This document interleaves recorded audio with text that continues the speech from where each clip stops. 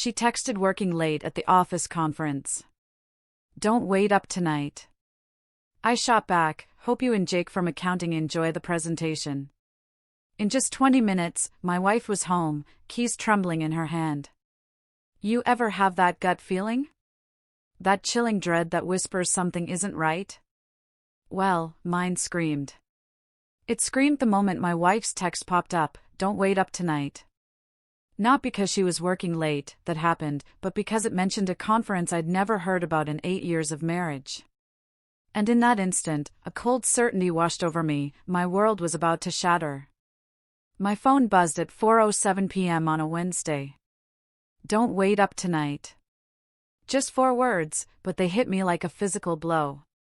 A conference? She'd never mentioned a single word. My wife, the woman who'd complained for weeks about mandatory meetings, was suddenly dropping this bomb like it was nothing. We had dinner plans, our weekly ritual of Chinese takeout. She knew how much I looked forward to it. But apparently, this mysterious conference was more important than keeping me in the loop. I leaned back in my office chair, staring at the screen. The tone was all wrong. Cold. Distant. Like she was informing a roommate, not her husband. And it wasn't just the text. For 3 weeks, she'd been acting off. Coming home later, taking hushed phone calls in the other room, vague about her day. And then there was Jake. Jake from accounting. Suddenly, he was everywhere. Jake thinks the new system is inefficient. Jake suggested a better way.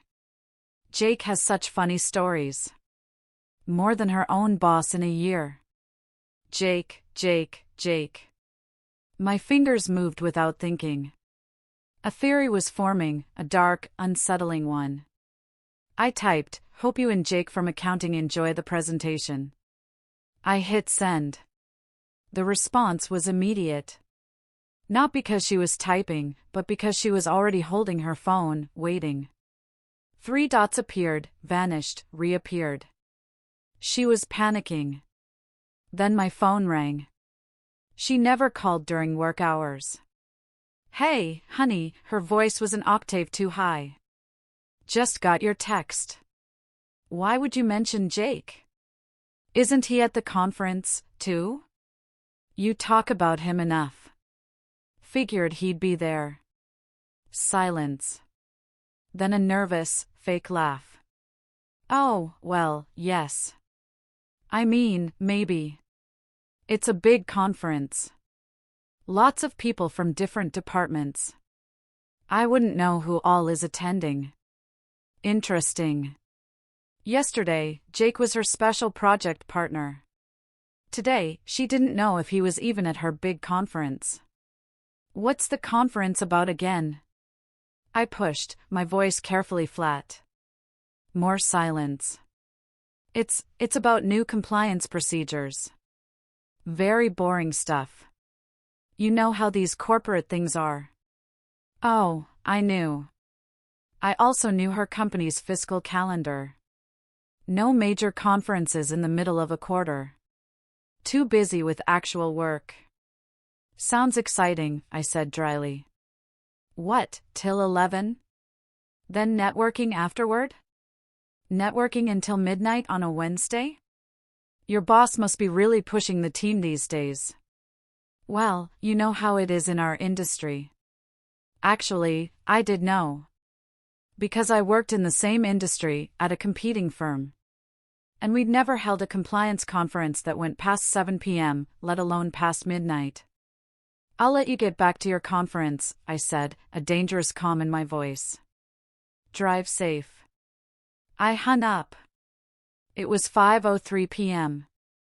If this conference was so important, why could she take a 10-minute call to discuss Jake from accounting? My gut was screaming. My brain, however, demanded proof. I opened my laptop and logged into our shared cell phone account. Her location services were still on. According to GPS, her phone was at Bella Vista Italian Place, a restaurant across town. Dim lighting, intimate booths. Perfect for a romantic dinner. Terrible for a corporate compliance meeting. I sat back, the information settling in my chest like a block of ice. My wife of 8 years was lying to me. She was having dinner with another man and had concocted an elaborate story to cover it up. The same man she'd been mentioning constantly for weeks. But instead of anger, I felt something else, clarity. I'd noticed the signs, of course, but always gave her the benefit of the doubt. The late nights, the secretive phone calls, the new clothes, the sudden interest in the gym. Classic cheating behavior. I'd been too trusting. Now, I had confirmation. Should I drive to Bella Vista? Confront them? Make a scene? No. That's what emotional men do. Men who react instead of plan. I had a better idea. I sent one more text, hope you and Jake from accounting enjoy the presentation. This time, I watched her location in real time. Within 30 seconds, her phone started moving. Fast. Faster than walking. She was running to her car. 18 minutes later, I heard her fumbling with the keys in the front door. Her hands were shaking so badly, it took her 3 tries to get it unlocked. Honey? Her voice trembled. I'm home early. The conference got cancelled. Technical difficulties with the projector. I walked to the kitchen, where she stood in her coat, clutching her purse like a shield. That's too bad, I said, my voice eerily calm. Good thing you hadn't ordered dinner yet. She blinked rapidly. What do you mean? At the conference. Good thing it cancelled before you ordered food. Hate to waste money on room service. Oh. Yes, right. No food. But I could smell garlic bread on her clothes. And there was a small red sauce stain on her white blouse that hadn't been there this morning. How was Jake? I asked casually. Her face went pale. Jake? You know, Jake from accounting. The one you hoped would enjoy the presentation. Did he make it to the conference before it got cancelled? She opened and closed her mouth like a fish. I don't. Why do you keep asking about Jake? Just curious. You mentioned him so often, I feel like I know the guy. She forced a laugh. Do I? I hadn't noticed. I smiled. Not a warm smile. The kind that doesn't reach the eyes. Must be my imagination. She excused herself to change, taking her phone with her. When she came back down, she was wearing a different perfume. Not her usual light floral scent. Something heavier. Something meant to cover up another smell. We ordered Chinese food and sat on the couch. She kept checking her phone, jumping every time it buzzed. When a number she didn't recognize called twice, she declined both times. Popular night, I observed. Just spam calls. At 9:30, she yawned dramatically. I'm exhausted from that conference. Going to bed early. But she didn't go to sleep.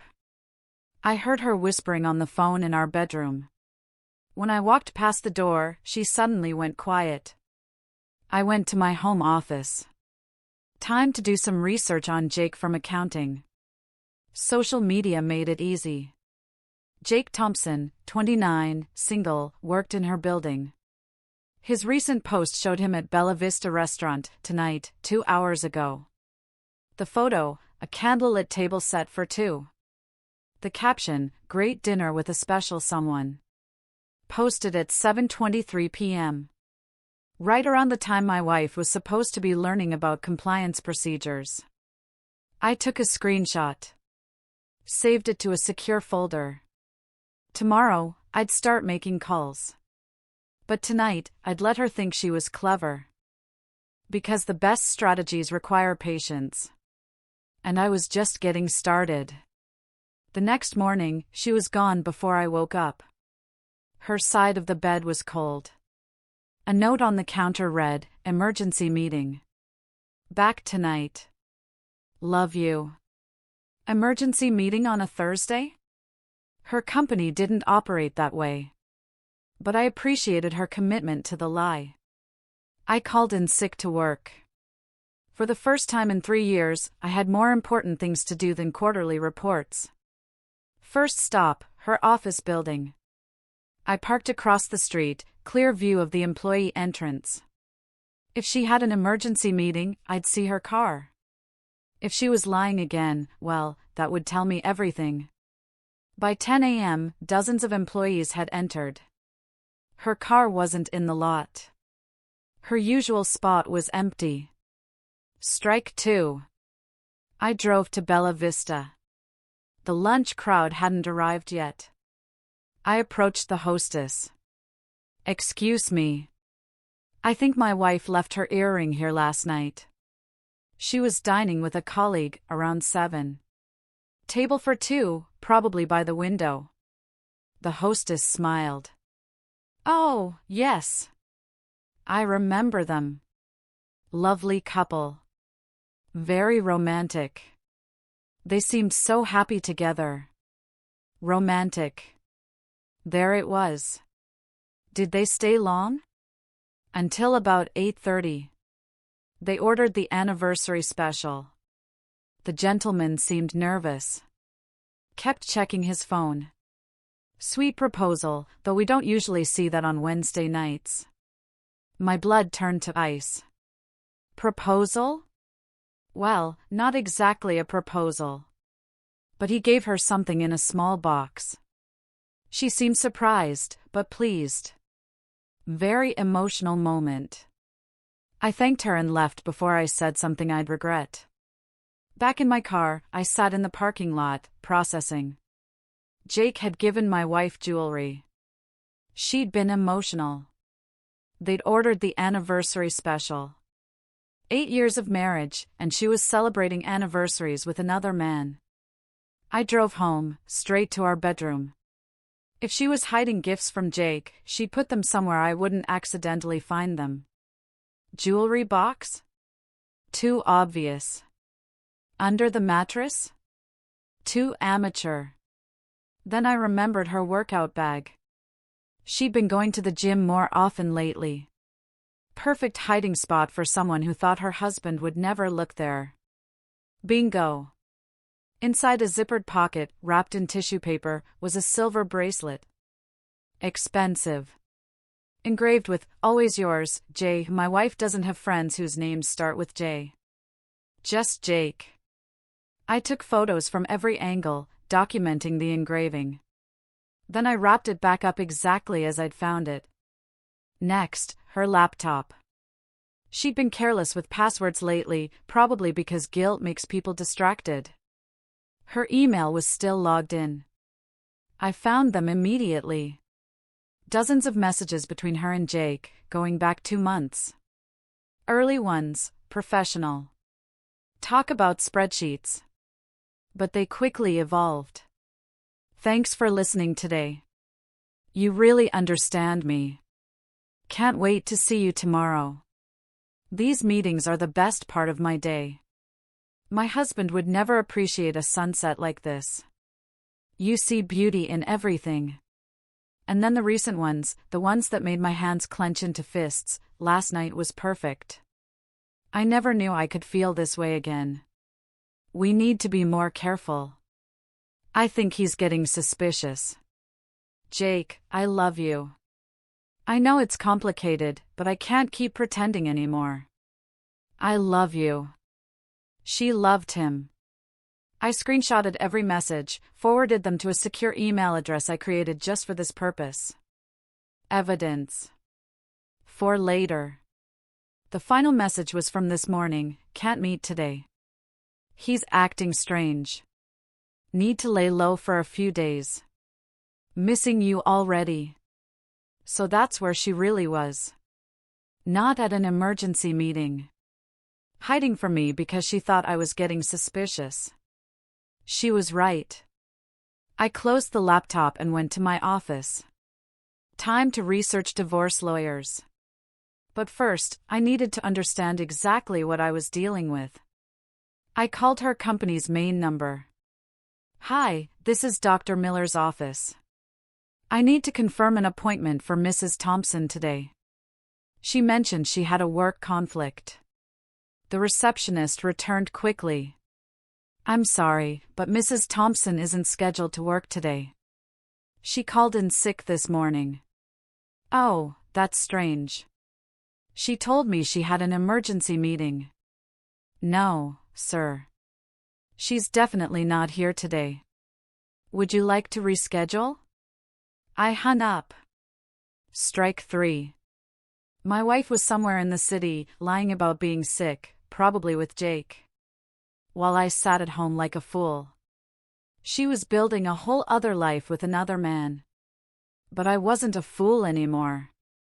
I spent the afternoon researching Jake's social media, his address, his work history, his ex-girlfriends. By evening, I knew more about Jake Thompson than his own mother did. 29 years old, divorced last year, no kids. Lived in an apartment complex 15 minutes away. Made decent money, but nothing spectacular. Drove a Honda Civic. Liked craft beer and hiking. Most importantly, he had a reputation. 3 women in his Instagram comments mentioned learning the hard way about his character. One ex-girlfriend had posted cryptically about cheaters never change. My wife wasn't special. She was just next in line. At 6 p.m., her key turned in the lock. She walked in, looking exhausted, like she'd been running on adrenaline all day. How was your emergency meeting? I asked from the kitchen. She froze. What? Your emergency meeting this morning? How did it go? Oh, fine. Just some budget issues. Very boring. Must have been serious to call you in on your sick day. Her eyes widened. My sick day? Your office said you called in sick when I called to see if you'd be free for lunch. I watched her mind race, trying to figure out how to explain this contradiction. I was sick, but then they called and said they really needed me for this budget thing, so I dragged myself in. That's dedication. Most people would have stayed home sick. Well, you know how responsible I am. Responsible, right? Did Jake make it to the budget meeting? You know, your colleague from accounting. Same reaction as yesterday. Panic, followed by overcompensation. I don't know why you keep asking about Jake. He's just a coworker. Just seems like you mentioned him a lot lately. Thought maybe you two were friends. We're professional colleagues, that's all. I nodded, smiling. Of course. Just professional. She excused herself to shower. While the water ran, I checked her phone. She'd changed her passcode since yesterday. A new 4-digit combination. But I noticed something interesting. The phone case was different. Yesterday, it was black leather. Today, it was blue silicone. Someone had bought her a new phone case. Someone whose favorite color was blue, based on his social media posts. When she came downstairs, I was reading on the couch. What's that? She asked, noting the book in my hands. Article about workplace relationships. Says most affairs start with emotional connections between colleagues. She nearly dropped her coffee mug. That's interesting. It says here that 65% of workplace affairs begin with innocent conversations about personal problems. The other person becomes a confidant, someone who understands them better than their spouse. Her face was getting paler by the minute. Why are you reading about affairs? I looked up at her with innocent eyes. Research for work. We're updating our HR policies about workplace conduct.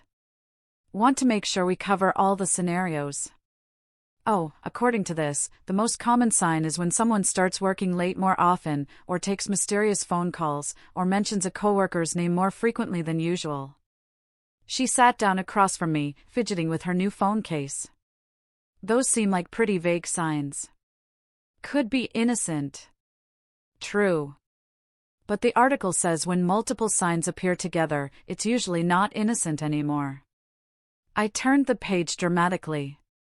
It also says the guilty party often starts arguments with their spouse to justify their behavior. Creates emotional distance to make the affair feel less wrong. She was quiet for a long moment.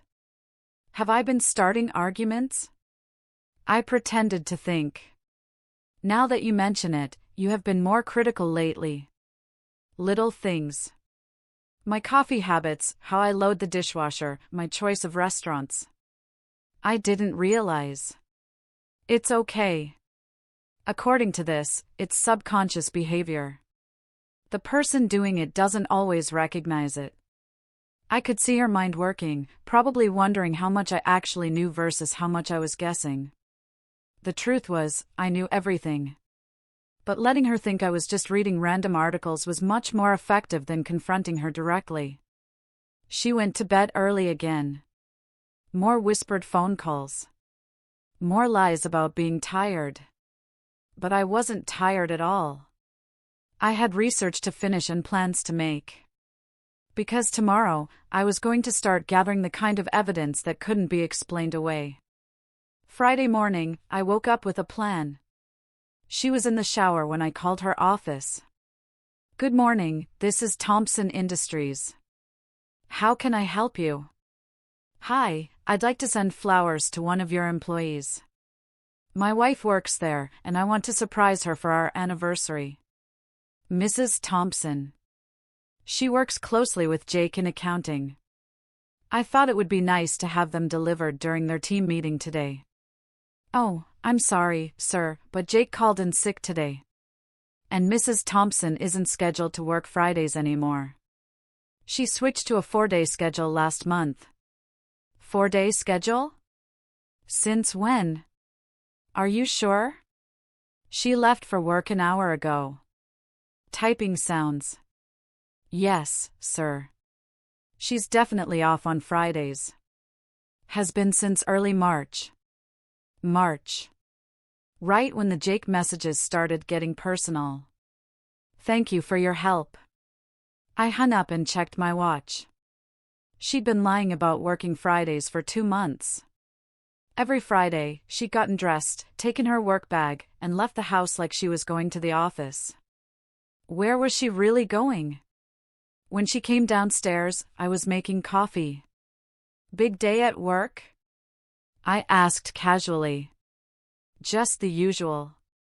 Busy Friday. That quarterly report still keeping you busy?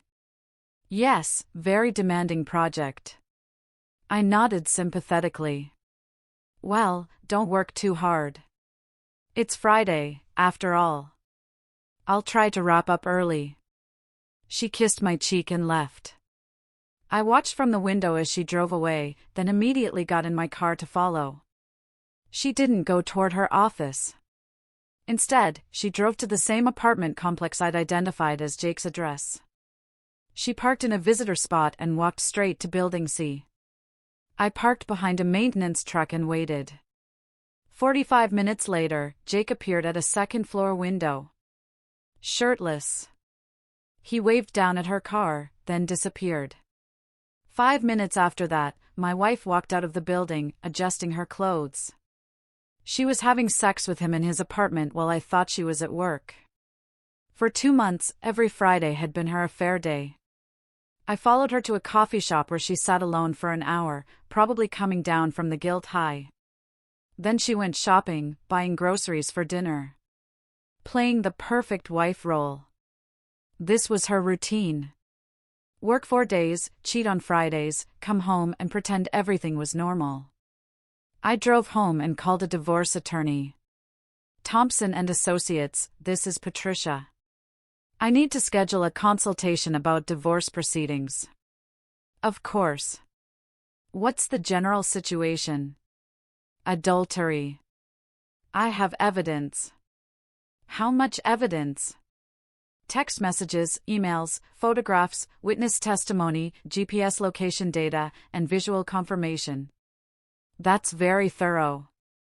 Can you come in Monday at 10 o'clock? I'll be there. When she came home that evening, she was in an unusually good mood, humming while she cooked, smiling for no reason. The afterglow of spending the day with her boyfriend. You seem happy, I observed. Just a good day at work. We finished that big project I've been stressed about. The quarterly report? Exactly. Feels good to have it done. I bet. You've been working so hard on it. All those late nights and early meetings. She nodded enthusiastically. But it's finally finished. Things should get back to normal now. Normal? As if there was anything normal about this situation. We should celebrate, I said. How about I surprise you with dinner tomorrow night? I was thinking we could go to your office. I could bring takeout. We could eat in the conference room where you've been having all those meetings. Make it special. Her smile faltered. My office? Sure. I've never seen your workspace since they remodeled. And I'd love to meet some of your colleagues, especially Jake. You talk about him so much, I feel like we're practically friends. She was quiet for a long moment. I don't think that's a good idea. Office security, you know, they don't really allow visitors after hours. What about during regular hours? I could bring lunch on Monday. Monday's really busy. Maybe some other time. I smiled. Of course. Some other time. Saturday morning, I implemented phase 2. I have a great idea. I announced over breakfast. Let's do something spontaneous today. Drive to the coast, walk on the beach, have dinner at that seafood place you love. She looked genuinely excited for the first time in weeks. That sounds amazing. Perfect. But first, I need to stop by your office. I left some papers in the car yesterday, and I want to grab them before we hit the road. My office. Just a quick stop. 5 minutes. You can show me the new conference room while we're there. Her excitement vanished. Actually, I don't think that's necessary. What papers? Insurance documents for the car, in case we break down on the road trip. We can get them later. It'll just take a minute. Come on. I'm curious to see where you spend so much time. She was trapped. Refusing would be too obvious, but agreeing meant exposing her lie about working Fridays. I don't have my access card with me. No problem. The security guard can let us in. You know, on weekends, they're really strict about visitors. I'm not a visitor. I'm your husband. The word husband made her flinch. Maybe we should just go straight to the coast, she said weakly. After we stop by your office. I insist. 20 minutes later, we pulled into her company's parking lot. It was nearly empty. Just a few cars belonging to weekend maintenance staff. Looks pretty dead, I observed. Yes. Most people don't work weekends. But you've been working so many extra hours. Lately. Thought maybe you'd have company. We walked to the main entrance. She was moving slower with each step. Maybe this isn't a good idea, she said as we reached the door. Why not? I just remembered they changed the security protocols. Spouses aren't allowed anymore. I walked to the information board next to the entrance. According to this, visiting hours are 8 a.m. to 6 p.m. on weekends. Family members welcome with employee escort. She was running out of excuses. What exactly are you afraid of? I asked directly. I'm not afraid of anything. I just think it's unnecessary. Then let's go in. The security guard recognized her immediately. Mrs. Thompson. Don't usually see you on weekends. Just stopping by quickly. And this must be your husband. She talks about you all the time, he said, shaking my hand. Nice to meet you. I've heard so much about this place. Especially about her Friday projects. The guard looked confused. Friday projects? But ma'am, you don't work Fridays anymore. Mrs. Thompson switched to a 4-day schedule months ago. Monday through Thursday. Haven't seen her on a Friday since March. I turned to look at my wife. Her face had gone completely white. What do you mean? I asked the guard. Mrs. Thompson switched to a 4-day schedule months ago. Monday through Thursday. That's interesting, I said slowly, keeping my eyes on my wife. Because she's been telling me about all her Friday meetings, late conferences, emergency projects. The guard looked between us, realizing he'd stepped into something. Maybe I'm mistaken. No, I said. I don't think you're mistaken at all. She opened her mouth to speak, but no words came out. Matter of fact, I continued, yesterday, she told me about a big quarterly report she finished. The one that's been keeping her so busy on Fridays. We finished our quarterly reports 3 weeks ago, the guard said helpfully. Submitted them to corporate on the 15th. I nodded. So, there haven't been any Friday projects. No late conferences. No emergency meetings? Not that I know of, sir. I turned back to my wife. So, where have you been going every Friday for the past 2 months? She was shaking now. I can explain. I'm sure you can. But let's do it at home. We drove back in complete silence. She stared out the passenger window, probably trying to figure out how to spin this new lie. When we got home, I sat down in the living room and waited. You want to tell me where you've really been spending your Fridays? She sat across from me, hands clasped tightly in her lap. I've been seeing a therapist. A therapist? What kind of personal issues require 8 hours of therapy every Friday? It's not just therapy. It's a whole wellness program. Therapy, meditation, group sessions. What's the name of this wellness center? Silence. What's your therapist's name? More silence.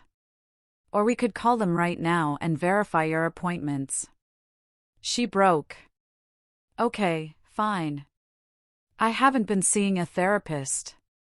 Then where have you been? I needed some time alone. To think about our marriage. And this thinking required you to go to Jake's apartment every Friday morning? Her face turned ashen. How did you? I followed you today.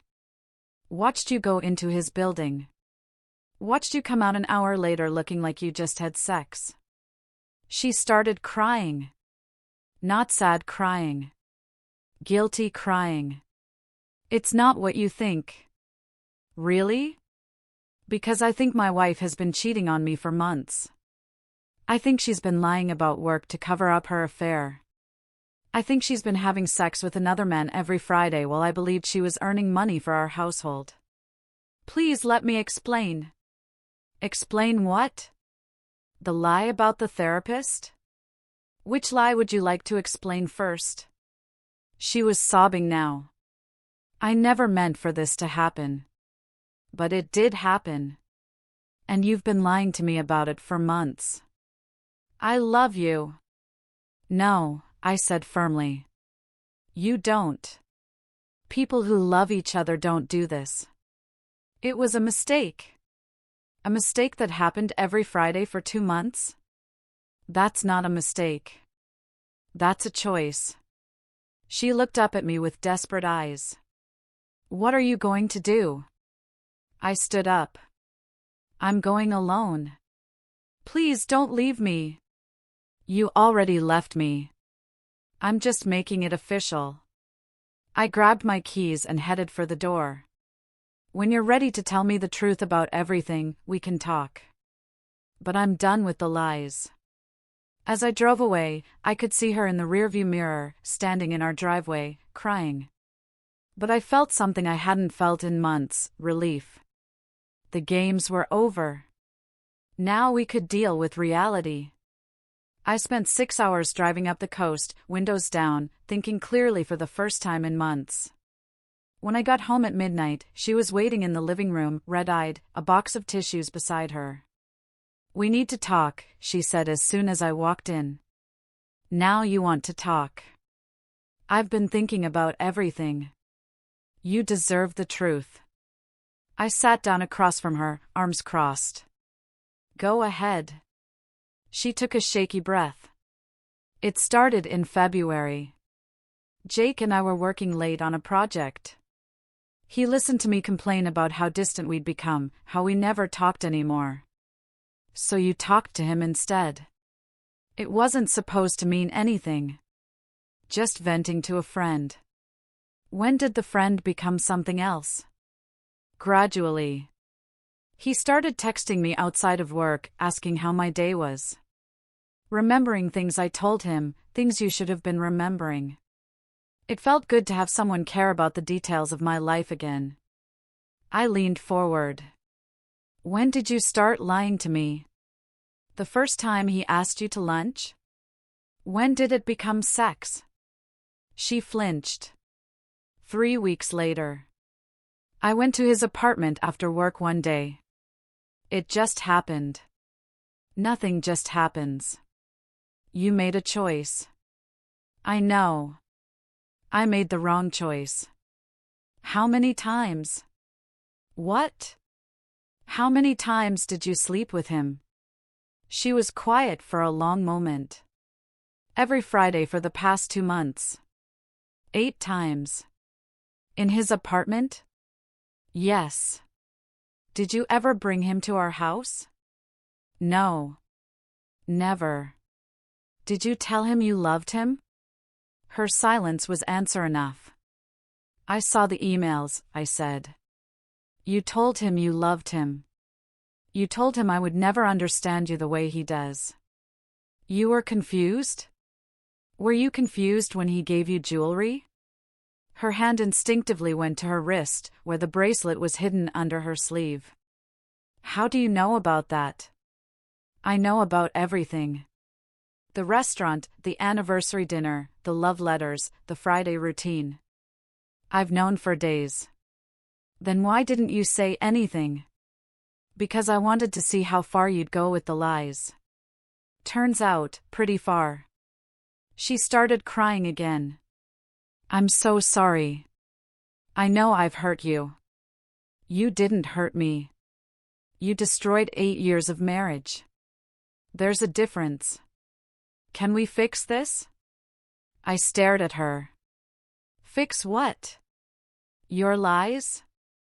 Your cheating? The fact that you've been living a double life for months? I'll end it with Jake.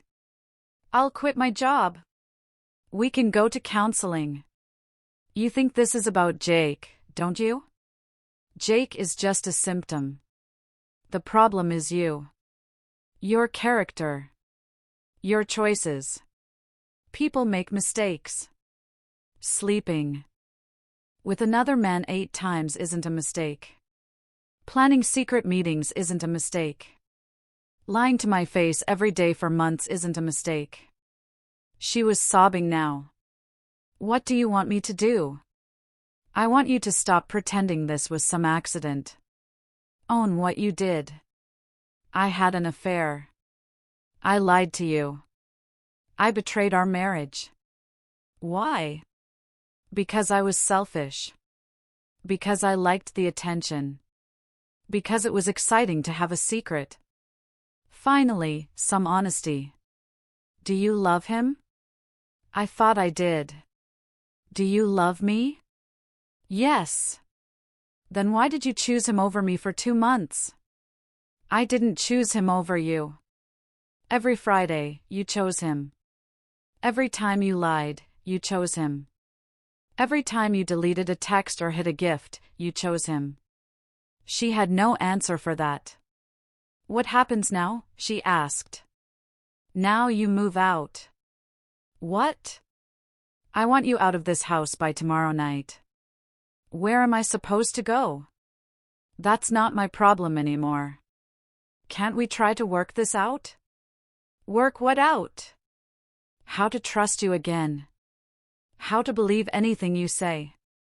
How to forget that you've been cheating on me for months. Other couples get through this.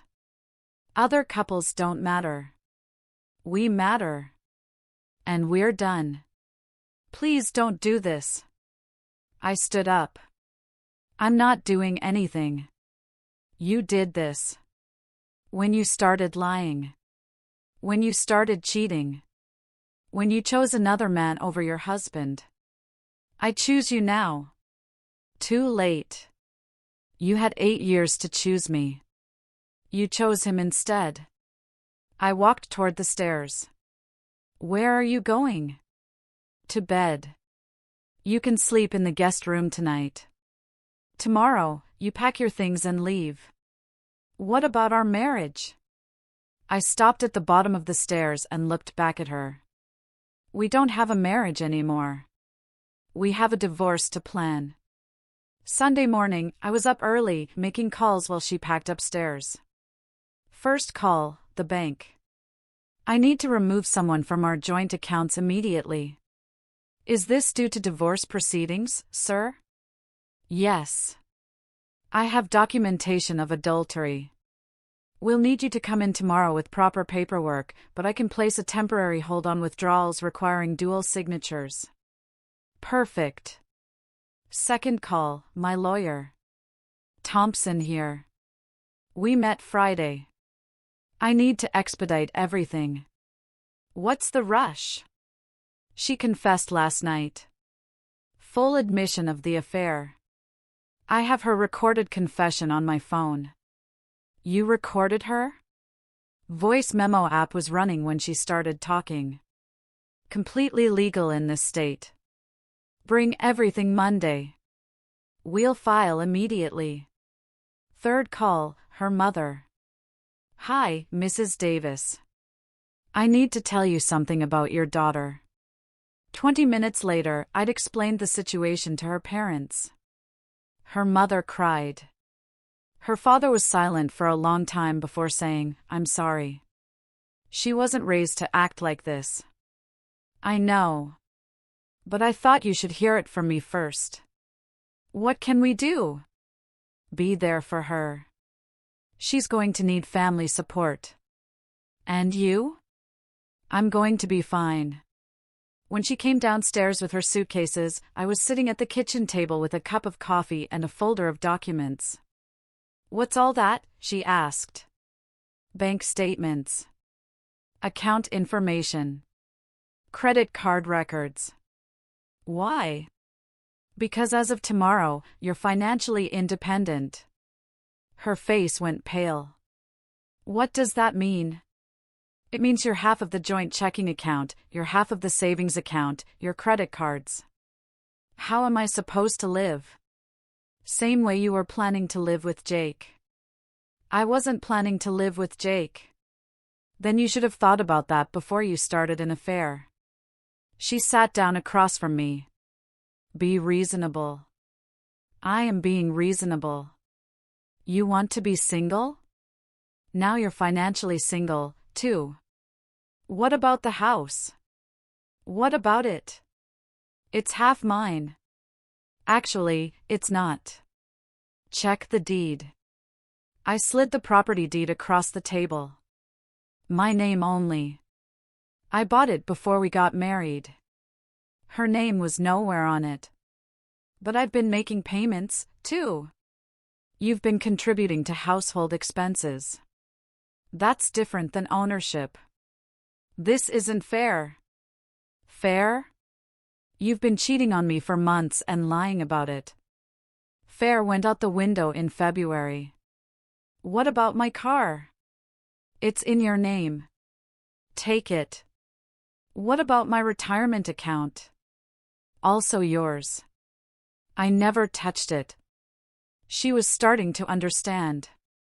I'd been protecting my assets for years without realizing it. Her affair had exposed her financial vulnerability. Where am I supposed to go? Jake's apartment seemed to work fine for Fridays. I can't live with Jake. Why not? You love him.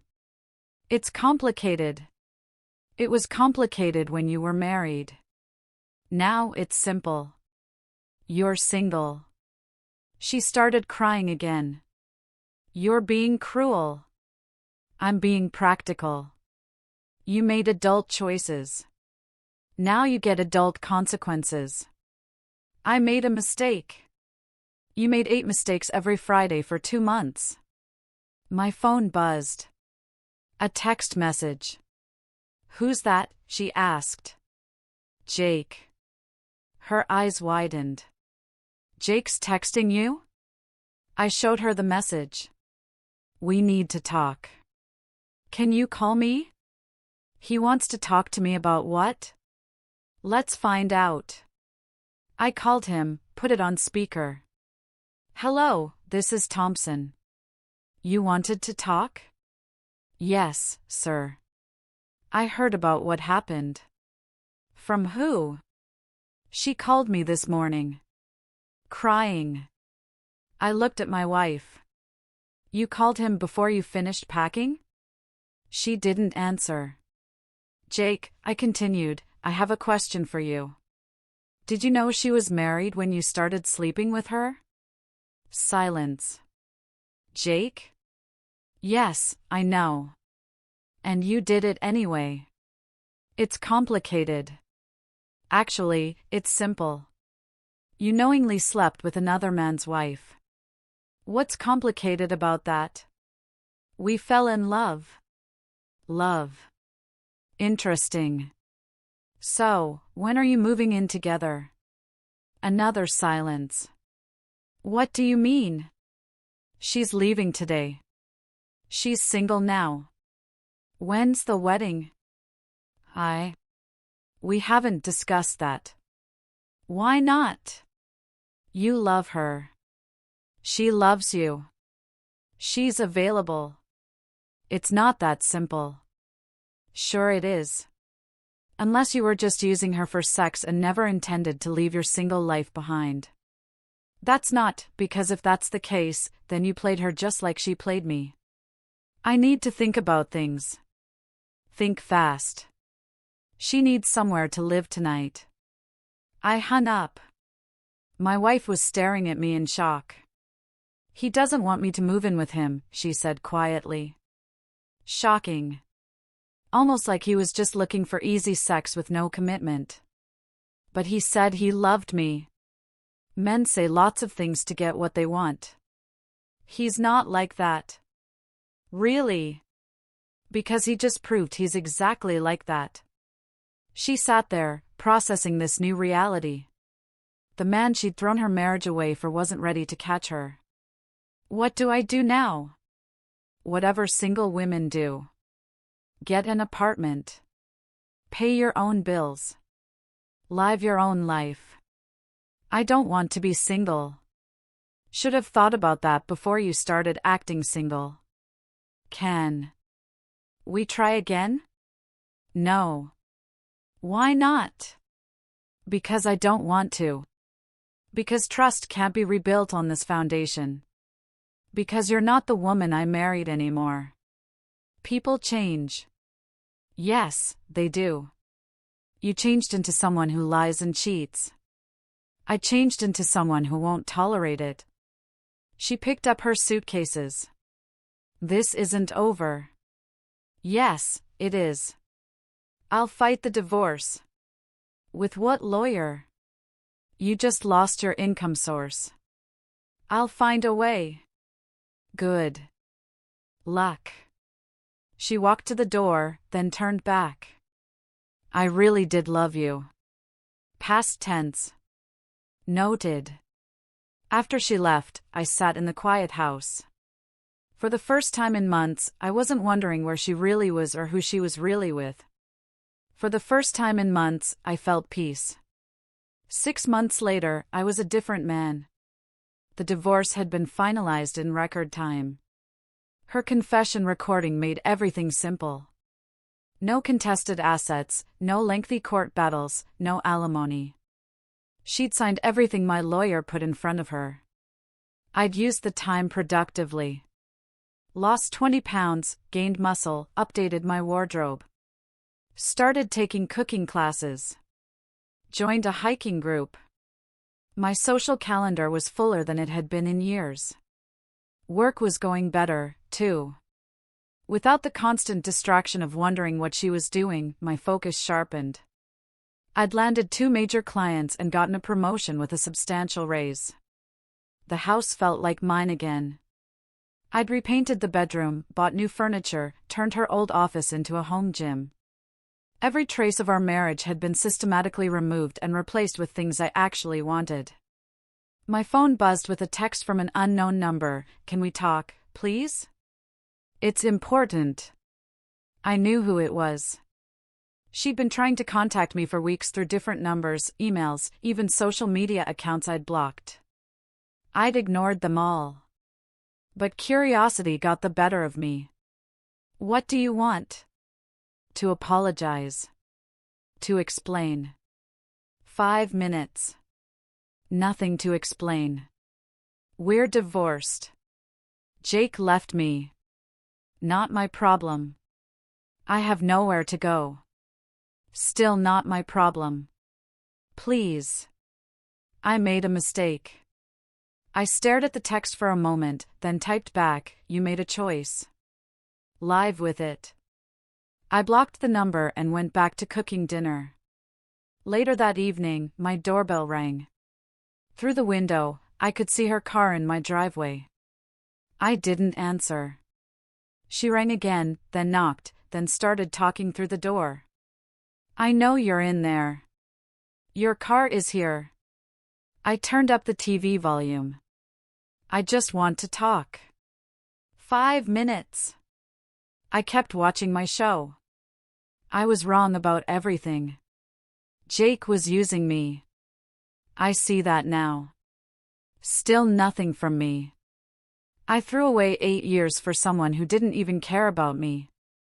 I muted the TV, but didn't move. He dumped me after 2 weeks. Said dating a divorced woman was too complicated. Too much drama. Interesting, but irrelevant. I've been staying in a motel for 3 months. I can't afford an apartment. Not my concern. I lost my job. They said the workplace relationship created a hostile environment. She was crying now. I could hear it in her voice. My parents won't help me. They're ashamed of what I did. Good for them. I know I don't deserve forgiveness, but I'm desperate. I walked to the window and looked out. She was sitting on my front steps, head in her hands. I felt nothing. No sympathy, no anger, no regret. Just mild curiosity about how long she'd sit there before giving up. After an hour, she left. The next morning, I got a call from her mother. "She's in the hospital." "What happened?" "Breakdown. Exhaustion. She hasn't been eating properly." "I'm sorry to hear that. She keeps asking for you." "I can't help her."